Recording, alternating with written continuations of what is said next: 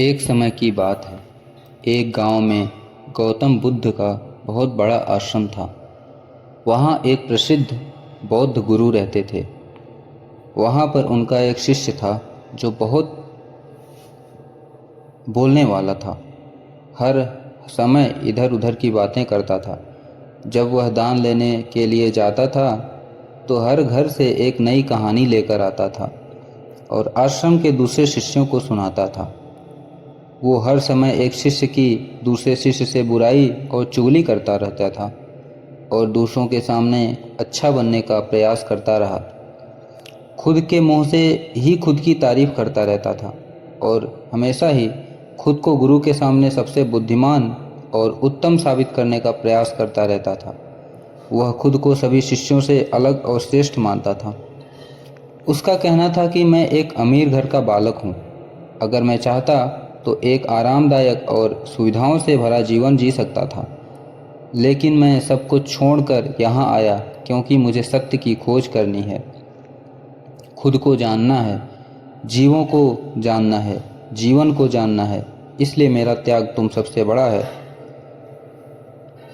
एक दिन गुरु ने आश्रम के सभी शिष्यों को बुलाकर कहा, आप सभी को एक अगले महीने तक कोई संकल्प लेना है। इससे आपकी संकल्प शक्ति मजबूत होगी और आप में आत्म शक्ति का संचार होगा।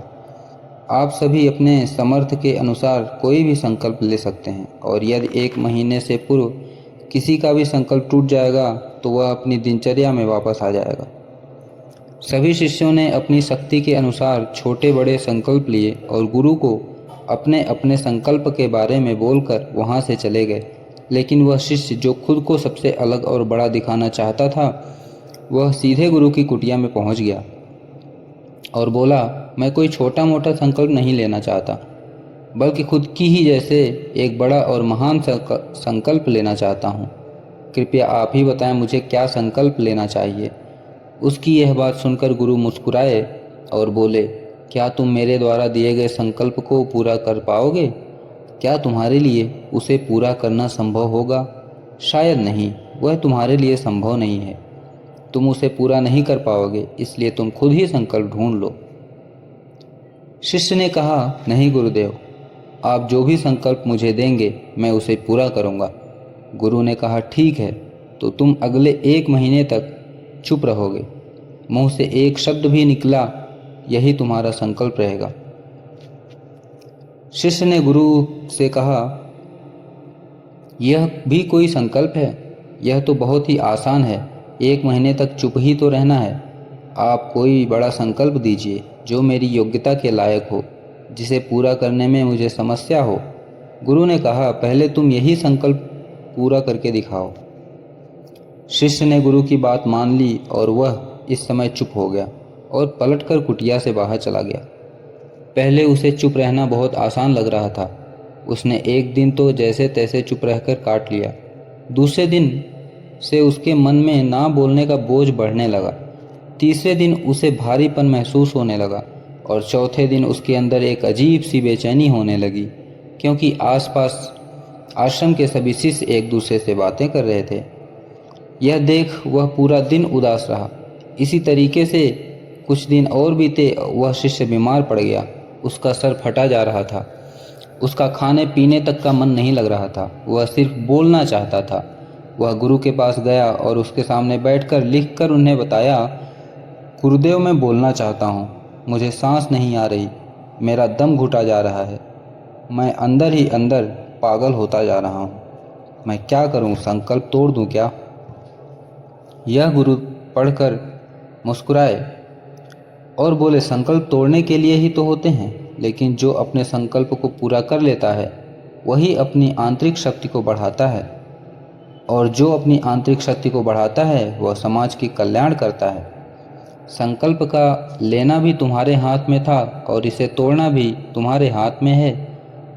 तुम्हारे बहुत से भाई अपने संकल्प को तोड़कर अपनी पुरानी दिनचर्या पर वापस आ चुके हैं। अगर तुमसे नहीं हो पा रहा हो तो तुम भी संकल्प तोड़कर पुरानी दिनचर्या में वापस जा सकते हो। लेकिन याद रहे, अगर आज तुम इस छोटे से संकल्प को नहीं संभाल पा रहे हो तो तुम अपनी बाकी की पूरी ज़िंदगी को कैसे संभालोगे? बाकी इस फैसला भी तुम्हारे हाथ में है। गुरु की यह बात उस शिष्य के दिल में चोट कर गई। वह बिना कुछ बोले वहाँ से चला गया और खुद को अपनी कुटिया में बंद कर लिया। वह केवल अपने जरूरी कामों के लिए ही कुटिया से बाहर निकलता था। बाकी सारे समय कुटिया के अंदर बैठा रहता था। 15 दिन बीत चुके थे और आश्रम के लगभग सभी शिष्यों का संकल्प अब तक टूट चुका था, लेकिन उसका संकल्प अभी भी जारी था। संकल्प लेने के बाद से अब तक उसने एक शब्द भी नहीं बोला। सारा आश्रम हैरान था कि इतना बोलने वाला इंसान चुप कैसे हो गया। 15 दिन बीतने के बाद वह दोबारा अपने गुरु के पास गया और लिखकर बताया, हे गुरुदेव, मैं बाहर से तो चुप हूँ, लेकिन मेरे भीतर बहुत सी आवाज़ हैं, बहुत सी चीज़, पुकार और शिकायतें हैं। मैं अंदर ही अंदर बात करता रहता हूँ। मेरा मन तरह तरह के प्रश्न पूछता है।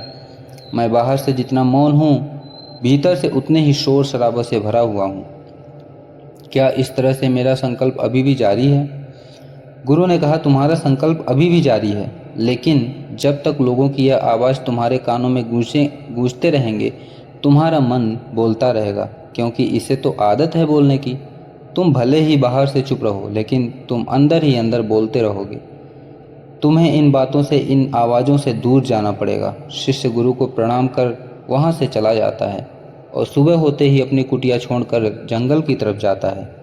कई दिन बीत जाते हैं, संकल्प का समय भी पूरा हो जाता है, लेकिन शिष्य लौट कर नहीं आया। आश्रम में सभी को डर था कि कहीं उसको जंगली जानवर ने खा तो नहीं लिया।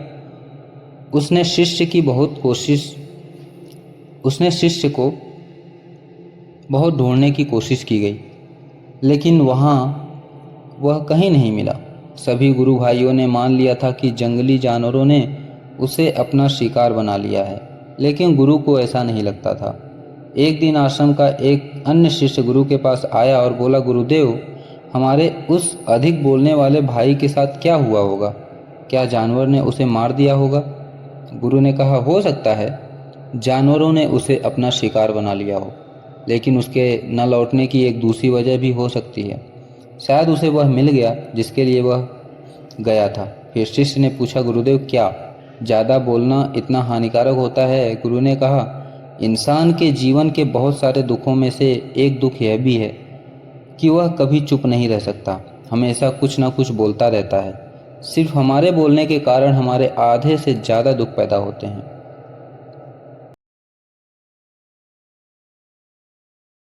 क्या अभी मेरा संकल्प जारी है?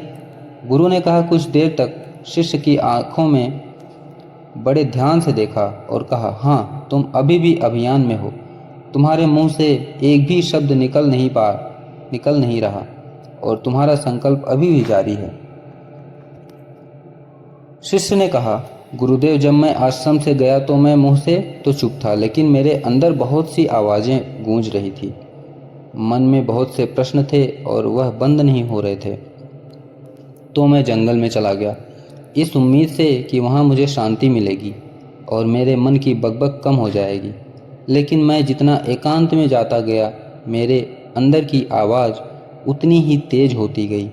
मेरे भीतर की पुरानी से पुरानी आवाज़ मुझे सुनाई दे रही थी। तब जाकर मैंने महसूस किया कि मैं कितना गलत कर रहा था।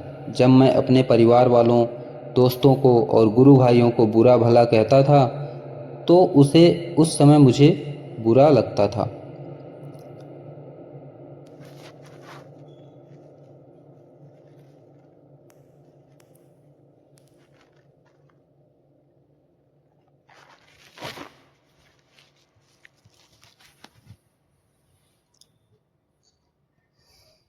उनका मजाक बनाता था उनका मजाक बनाता था। तब भी मुझे यही लगता था कि मैं उनसे बेहतर हूँ और मैं सही कर रहा हूँ। लेकिन उस दिन मैंने पहली बार महसूस किया कि मैं कितना गलत बोलता था। काफ़ी दिनों तक यह सारे शोर और शिकायतें मेरे अंदर चलती रहीं, लेकिन धीरे धीरे करके एक दिन यह सारी आवाज़ मेरे अंदर से समाप्त हो गई। अब मैं भीतर से मौन हो गया। उसी घने जंगल में कोई बोलने वाला था।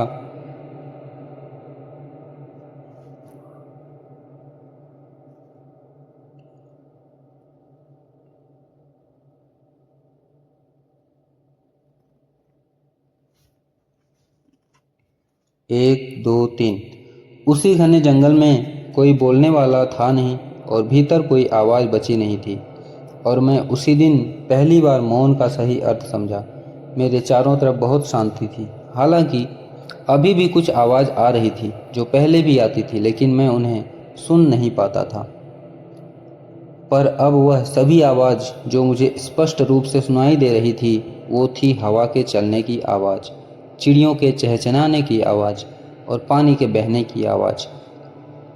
यह सभी आवाज़ मैंने पहली बार पूरे होश पूर्वक सुनी। अपने चारों तरफ इतनी शांति मैंने पहले कभी महसूस नहीं की। तो इस शांति को भंग करने के लिए मैंने पहली बार अपने मुंह से कोई शब्द निकाला। मैं चिल्लाया, हे ईश्वर, यह कैसी शांति है? सभी कुछ इतना शांत क्यों है? ऐसा क्या हो गया है? लेकिन मेरे चिल्लाने के बाद भी शांति भंग नहीं हुई। सब कुछ पहले जितना ही शांत था, बाहर भी और भीतर भी उतना शांत रहा।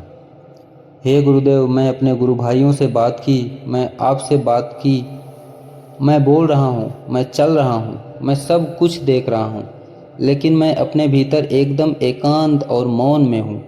जब मैं खुद में भी शोर करना चाहता हूँ, तब भी एकांत में ही होता हूँ। अब सब दिखाई पड़ने लगा है, सब सुनाई पड़ने लगा है। गुरु ने कहा, जब तक हम बाहर की तरफ बोलते हैं, भीतर अशांति ही रहेगी। लेकिन जिस तरह हम भीतर की तरफ मुड़ जाएंगे, जिस दिन हम भीतर की तरफ मुड़ जाएंगे, तब हमारे मुंह से कुछ भी नहीं निकलेगा। हम शांत रहेंगे। दुनिया में जितनी भी बुराइयां हैं, ज़्यादातर हमारे बोलने से ही उत्पन्न होती हैं, क्योंकि हम चुप रहना नहीं चाहते। हम जितनी ज़रूरत है उससे कहीं ज़्यादा बोलते हैं। हम सामने वाले को सुनाना नहीं चाहते, सुनना नहीं चाहते, बल्कि उसकी बोलती बंद कर देना चाहते हैं। उसे समझा देना चाहते हैं कि मैं कौन हूँ, मैं क्या कर सकता हूँ। और यही हमारी ज़िंदगी का मकसद बनकर रह जाता है। हमारी सारी ऊर्जा व्यर्थ के बोलने में बर्बाद होती जाती है। ऐसे ही समझ में लोगों का जीवन दुखों से भर जाता है, जो हमेशा एक दूसरे से शिकायत करने में लगे रहते हैं, कभी एक दूसरे को सुनना नहीं चाहते, समझना नहीं चाहते। और चुप रहना तो उन्होंने कभी सीखा ही नहीं, क्योंकि चुप रहना उन्हें छोटा महसूस करवाता है। दुनिया की सभी लड़ाइयाँ का कारण हमारा बोलना ही है। इसलिए हमें सिर्फ उतना ही बोलना चाहिए जितना ज़रूरी हो, क्योंकि व्यर्थ का बोलना ऊर्जा को नष्ट करना है, और यह बोलना ही हमें कभी अपने भीतर की ओर लौटने नहीं देता, क्योंकि यह हमें बाहर की ओर खींच कर रखता है, और बाहर है ही क्या इस संसार के अलावा। लेकिन अगर अपने भीतर के संसार की ओर मोड़ना है, तो इस मुंह को बंद ही रखना चाहिए। इसलिए जितने भी बुद्ध हुए, आत्मज्ञानी हुए, वह सभी एकांत की ओर भागे, ताकि उन्हें ज़्यादा ना बोलना पड़े, ज़्यादा ना सुनना पड़े। वह एकांत में रहे और शांति रहे, आसानी से भीतर की यात्रा कर पाए। लेकिन अगर कोई चाहे तो इस संसार में रहकर भी एकांत में रह सकता है, शांत रह सकता है, लेकिन इसके लिए उन्हें अपनी ऊर्जा बचानी होगी, जिसे वह अब तक अपने व्यर्थ के शब्दों में बर्बाद कर रहे थे। इस कहानी की सीख यही है कि व्यर्थ का बोलना ऊर्जा को नष्ट करता है, और यह बोलना ही हमें कभी अपने भीतर की ओर लौटने नहीं देता, क्योंकि यह हमें बाहर की ओर झुकाए रखता है। और जिन्हें भीतर की यात्रा करनी है, उन्हें अपने मुंह को बंद ही रखना चाहिए। चुप रहने में अद्भुत शक्ति है। यदि हम सही समय पर सही शब्दों का प्रयोग करें, तो हम अपने जीवन को सकारात्मक दिशा में बदल सकते हैं। मौन रहकर हम अपनी आत्मा की गहराई में जा सकते हैं।